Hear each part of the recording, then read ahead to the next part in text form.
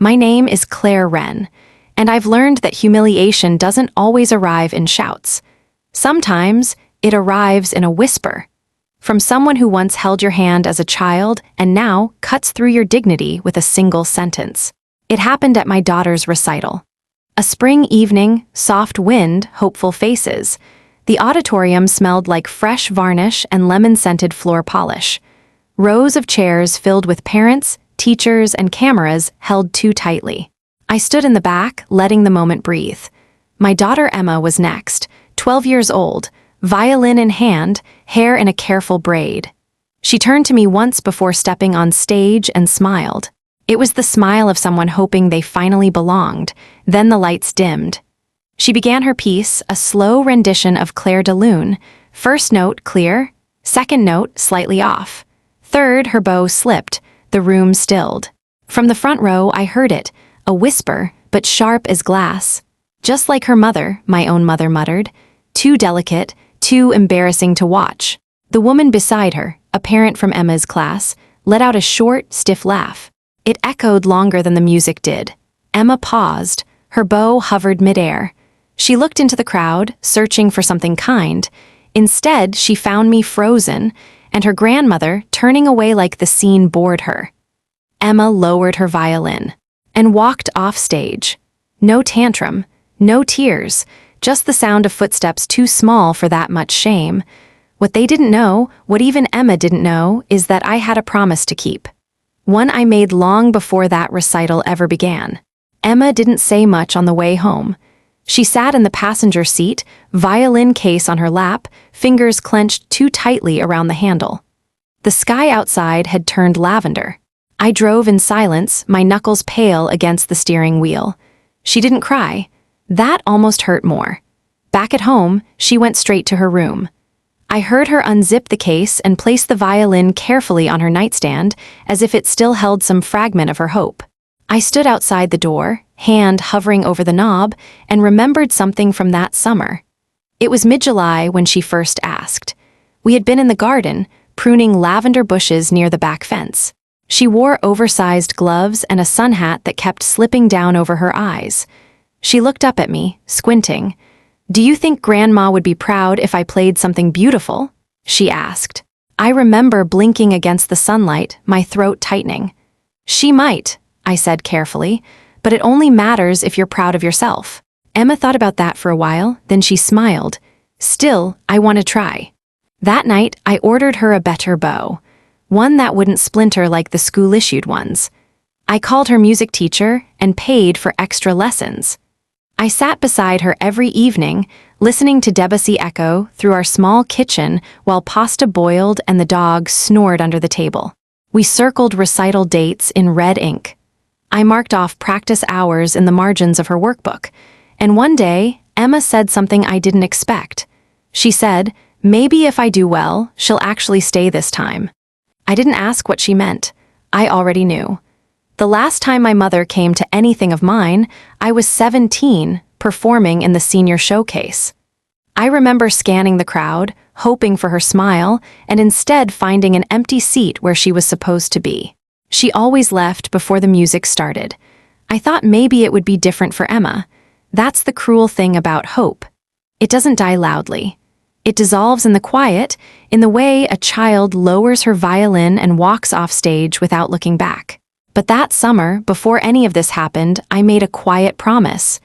If they ever made her feel the way they once made me feel, I wouldn't stay silent again.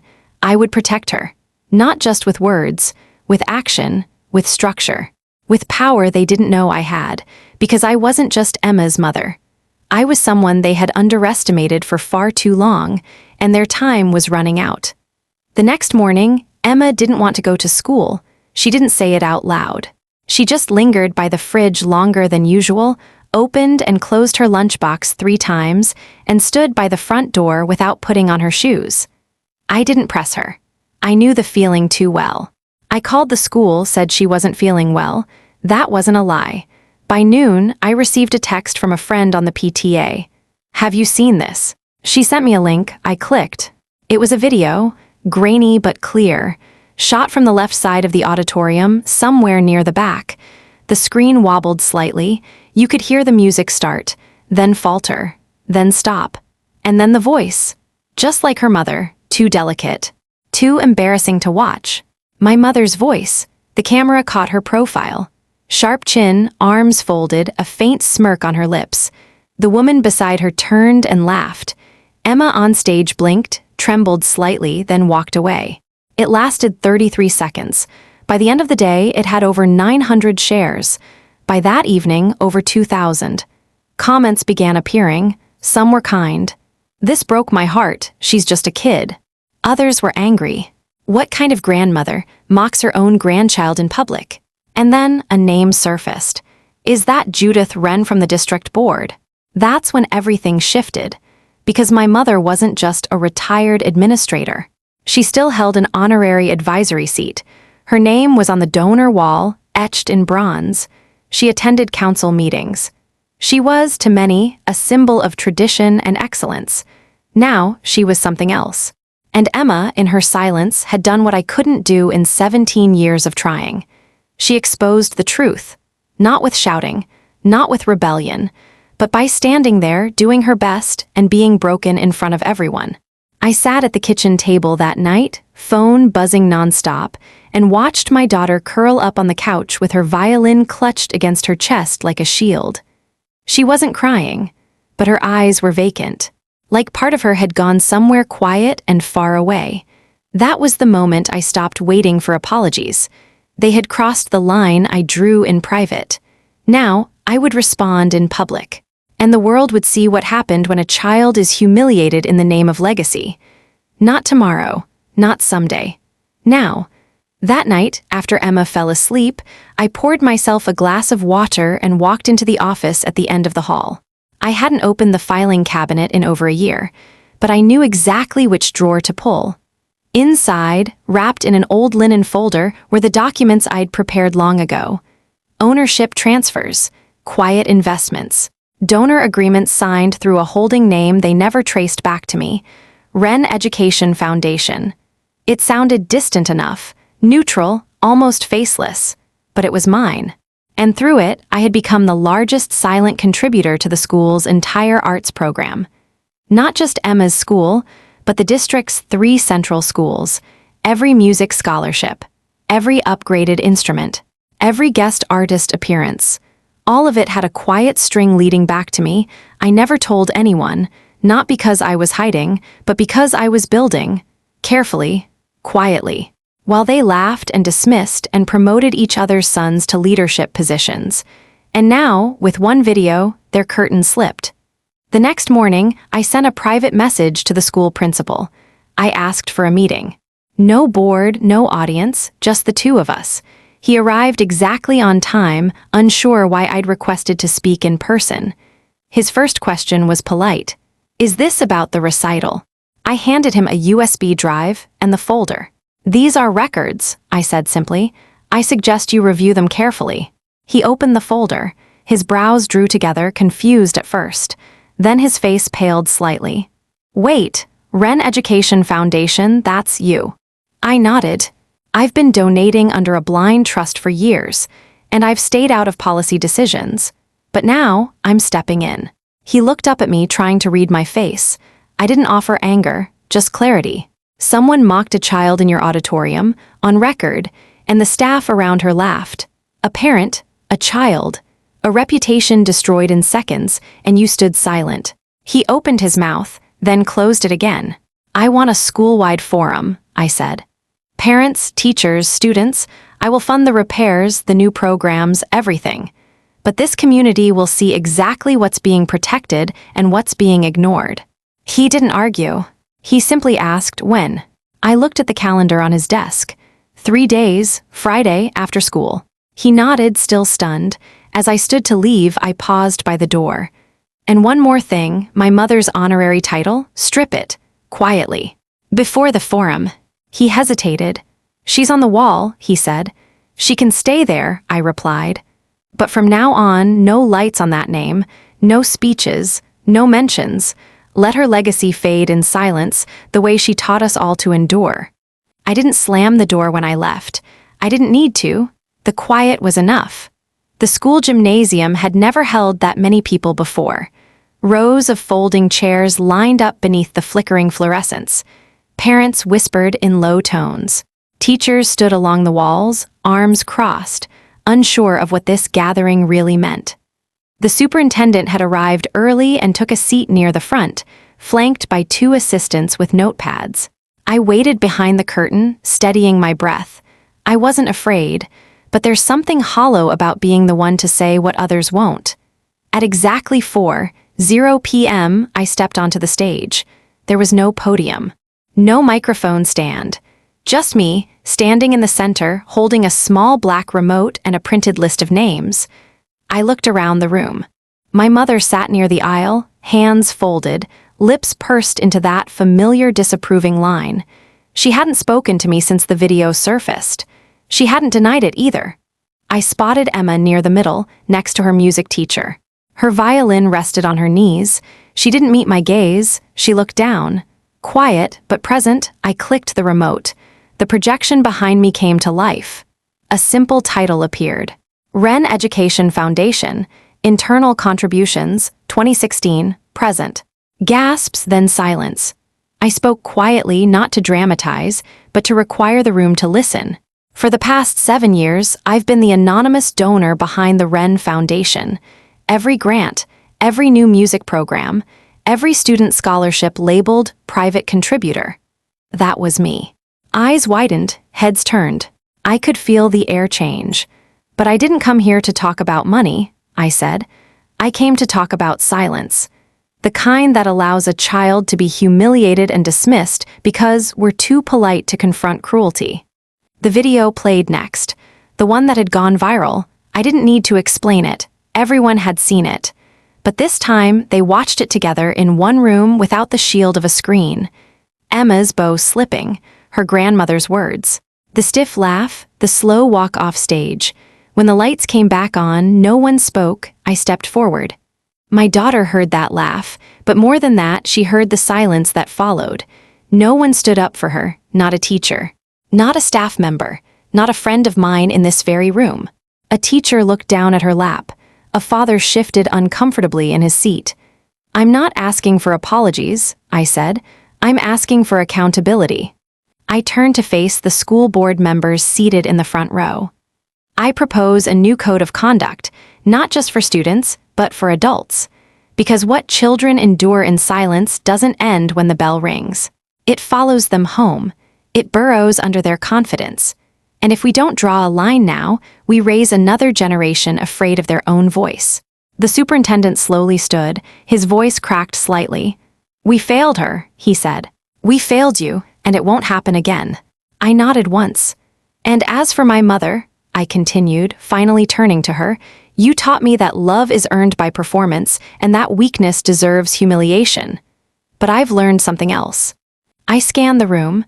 Kindness is not weakness. Silence is not strength, and dignity does not require your approval. Emma lifted her head, our eyes met. I didn't smile, I didn't cry. I simply stood there, in the quiet I used to fear, and let them hear the truth. The next morning, the bronze plaque with my mother's name was quietly removed from the school's front hallway. No announcement, no ceremony. Just a maintenance worker in a blue jacket, prying it off with a flat tool and carrying it out wrapped in cloth. In its place, a blank wall. Later that week, the board issued a public statement. They called the video deeply concerning and acknowledged systemic failure in protecting students from psychological harm. It was more diplomatic than personal, but it was enough. Emma didn't say much when I showed her the letter. She simply nodded, then tucked it inside her music folder. 2 days later, I received a request. Would Emma be willing to play at the school's upcoming spring assembly?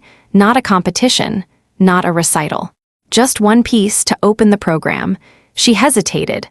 "I don't know if I'm ready," she said, fingers grazing the strings of her violin. I didn't answer right away. Instead, I walked to the shelf behind my desk and pulled out a small envelope. Inside was a letter, handwritten, fragile at the edges. It was from one of the students who had watched Emma's video online. She had written, "I used to play, but I stopped after my piano teacher told me I was wasting his time." When I saw Emma walk off stage, I thought, I know that feeling. But when I saw her come back, I thought maybe I could try again. I handed the letter to Emma. She read it once, then again, and finally whispered, "I'll play, but not for them." I smiled gently. "No, for you, and for girls like her." The day of the assembly arrived. Emma wore a navy blue dress, not soft, not apologetic. Her hair was pinned back in a low twist, and her hands, though trembling slightly, held her bow with calm intention.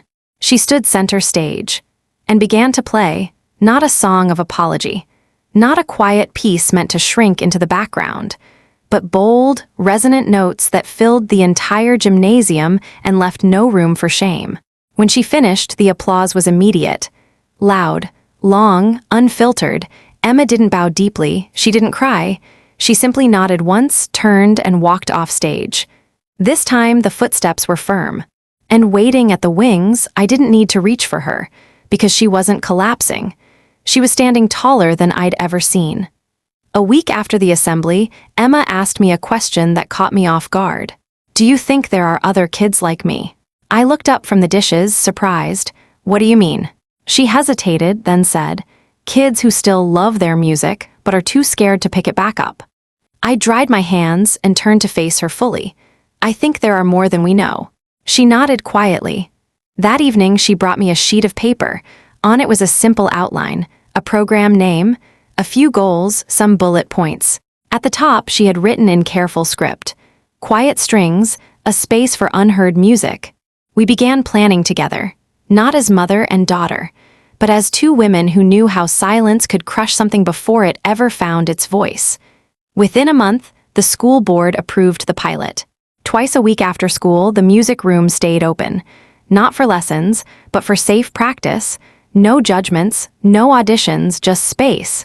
Emma stood at the front each session. Sometimes she played. Sometimes she simply listened. She became the girl other girls trusted, and word spread. By the end of the semester, the group had doubled in size. Some brought flutes. Others came just to sit in the back and hum quietly. One boy brought a cello case he hadn't touched in 3 years. I watched them once through the window, not as a leader, not as the one who started it all, but as someone lucky enough to witness what happens when shame is replaced by space. That summer, the school principal asked Emma if she'd like to give the closing speech for the arts banquet.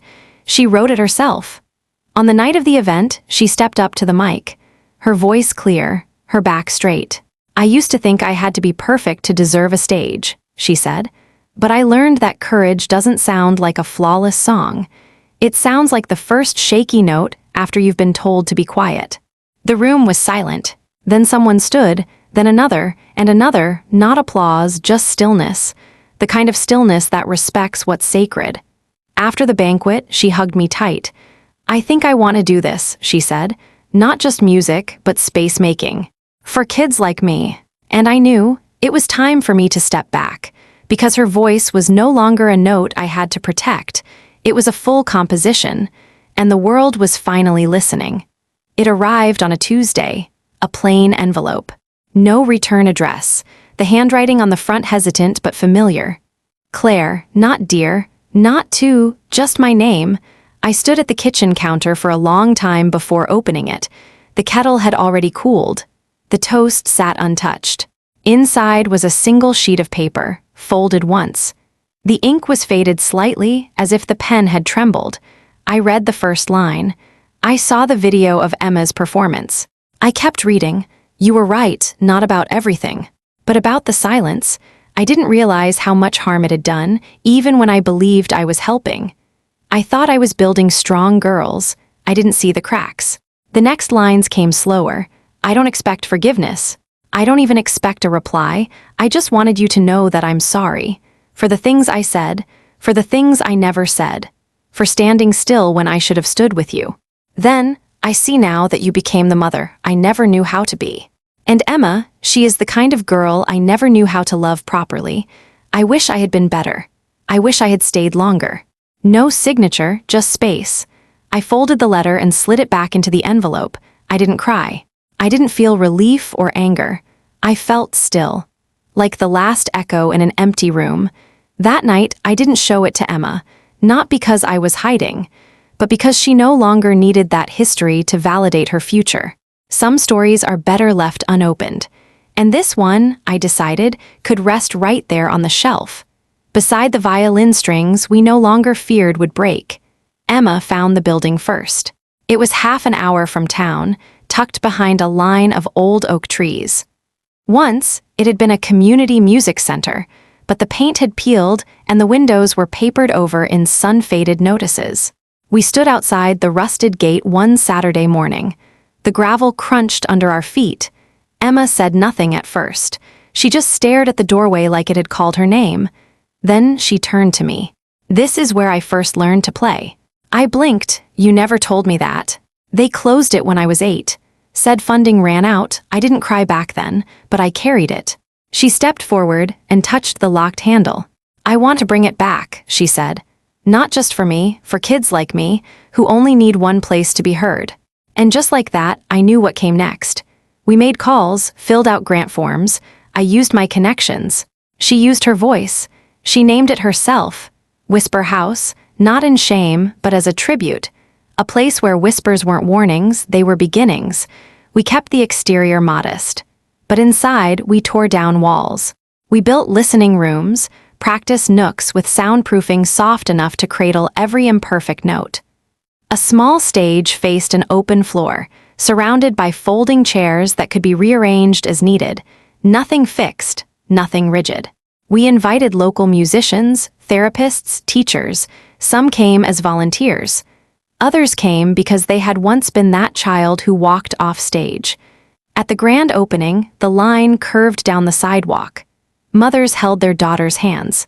Fathers adjusted small suit jackets. Grandparents wept behind sunglasses. Emma wore a simple black dress and a pin with a violin-shaped charm. She didn't stand on stage. She stood at the door, greeting each guest. I watched her that day not as a mother, but as a witness. To what healing looks like when it's quiet. To what strength becomes when it no longer needs to roar. Before the ribbon cutting, she leaned in and whispered, "Do you think she's watching?" I didn't ask who she meant, I just nodded. "I hope so," I said, "because legacy isn't what they leave behind, it's what we choose to build from it."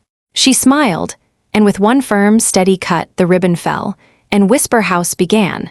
Whisper House had been open for a little over a year. I no longer sat in every planning meeting. I didn't review every proposal or attend every event. That was never the point. Emma had grown into the space like a tree finding its light. Her voice no longer shook when she spoke to a room full of adults. She now ran weekend sessions for students from underserved schools. She helped train teen mentors. She was invited to speak at regional conferences. And she never once called herself brave. She just showed up.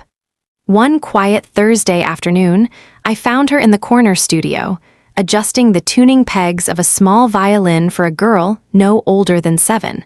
The child looked nervous, fidgeting with her sleeves. Emma leaned down and whispered something. The girl smiled, then played 3 hesitant notes. It wasn't perfect, but it was sound, her sound, and no one flinched, no one laughed. I stepped back from the doorway, my hands still in my coat pockets. The sun had poured in through the window, warming the floor, catching the edge of Emma's silhouette like a frame around something holy. And I realized I was no longer waiting for the past to apologize. Because this room, this girl, this future was the answer. Not in anger, not in fire, but in rhythm, in rebuilding. In the echo of a daughter who once walked off stage in silence and now opens the door so others never have to. Sometimes, legacy is not what we leave behind. It's what we make room for. And finally, we had made room. For music. For mistakes. For the future to sound however it needed to.